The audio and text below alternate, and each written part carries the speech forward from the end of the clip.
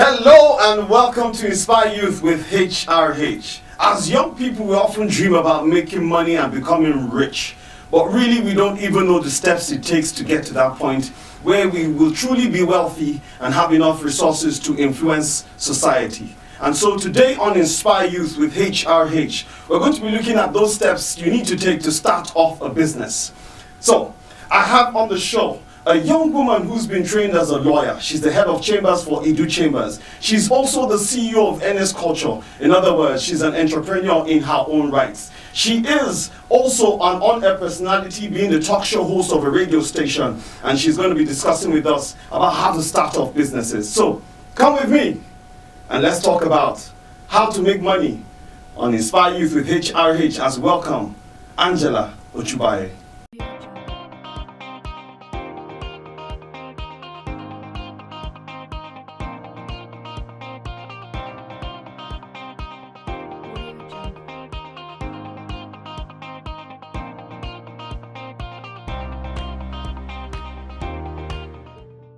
Ladies and gentlemen, please let's welcome Angela Ochu-Baiye.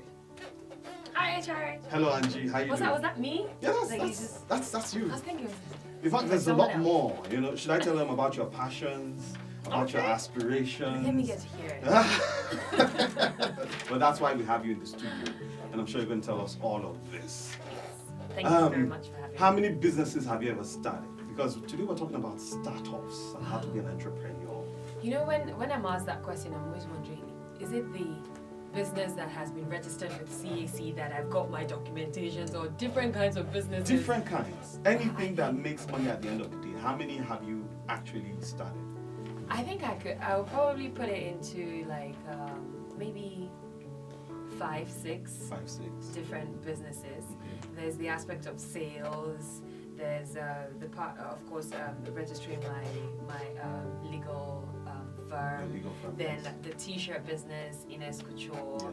Then the grocery stores, Ines Stores.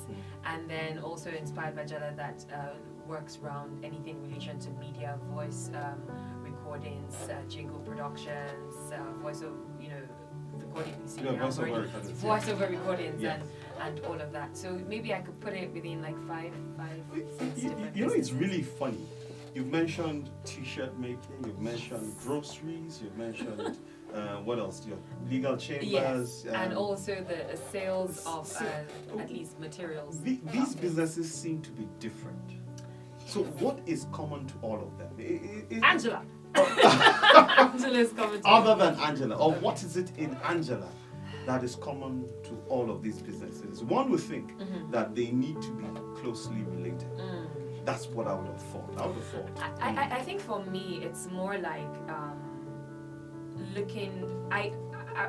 When I take myself as an example, I always find opportunities in everything. I see opportunities in everything, right? So my brain is constantly on this drive mode where I'm walking through a place and I see something and I'm like, I could find a business in this field. And all that is needed for me at that point in time is to do the research that I need, find the people that would need to work alongside with me, and boom, we have something going there. So it's interesting that you said all of them are just different. Yes. And to think of it, I'm like, really? Yeah. Are you sure I'm not a jack of all trades? So really, you don't even have a single thing that seems to unite them other than just finding an opportunity. Yeah, they're all very different. The only thing I would say is probably me there, Yes. And the fact that I just see opportunities in everything. Okay, could you break it down for the young viewers listening and watching this? What do you mean opportunity? Do you see an opportunity to make money? Well, it's not an opportunity to make money from the very beginning. It's more of seeing a need, and I'll be very frank with you. When I started the aspect of sales, I stayed in the UK for 5 to 6 years. Yeah. And when I got back, I realized, first thing I saw was, I went to a store and I realized that people were selling items bought from Primark in the UK Yeah. and selling it at a very ridiculous amount of money. Now, Primark in the UK is a nice store, but it's it's an affordable store. You could find items for like £2. So what now happened was that I looked at a situation where I could actually meet a particular need to people that needed quality outfits and not get them to spend too much money. So what I started to do was, while I was in Nigeria, I would purchase stuff online and send it to my address in the UK, and my sister was there. So I would purchase it. It was, everything went to the UK, and each time I traveled, for example, and I made sure I planned my travel during the times that we had sales in the UK. So, and all I did was buy items that were less than £5. So I said, buy items less than £5, and it doesn't matter what you buy as long as they can add value to people. So shoes, jewelry, anything, just buy less than £5. So went to the UK, purchased all the items. The items I already did online, already in the UK. So I got a box, put everything in there, and then came back to Nigeria.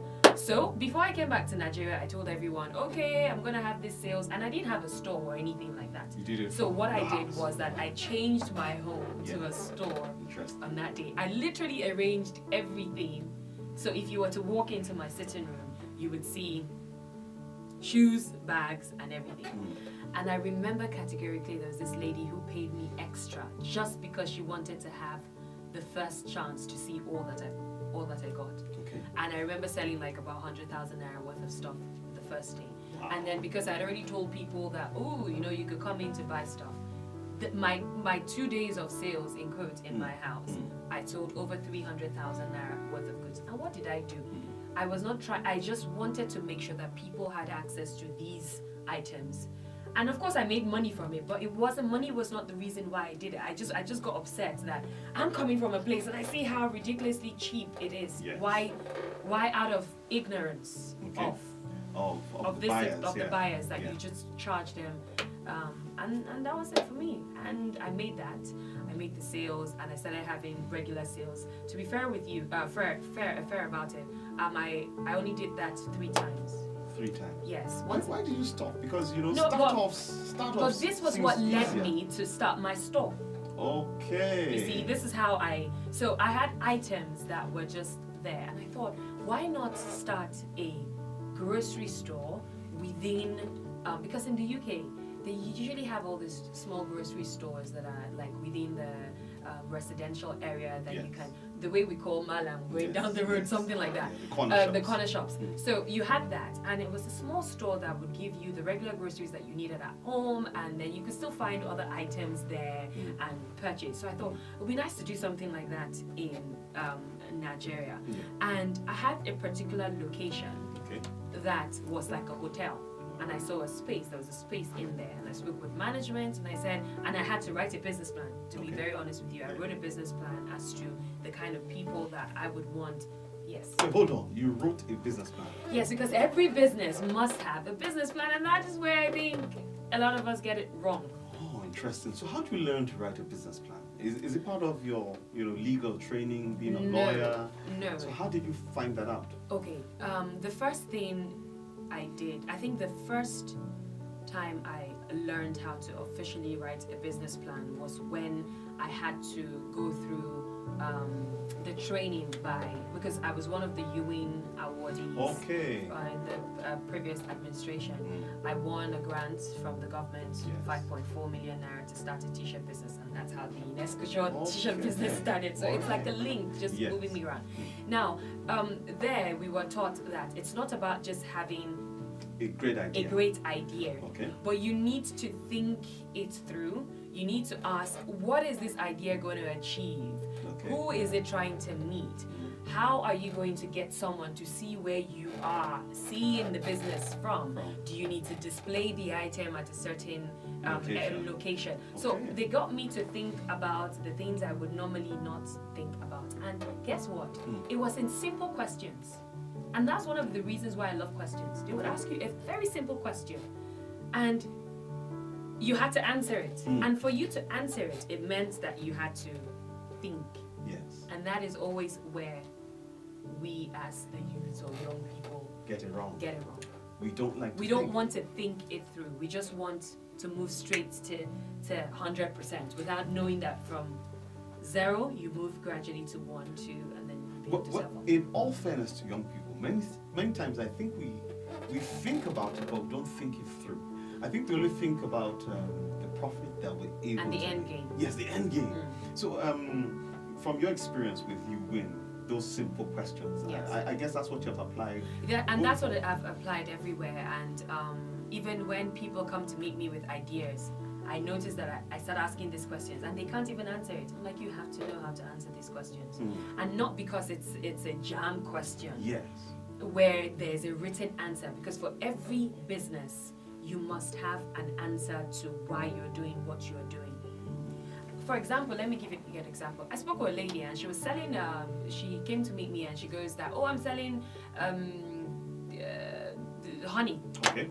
And then I go, oh, how much is it? She Yeah. goes, oh, it's 500 naira. And I said, 500 naira.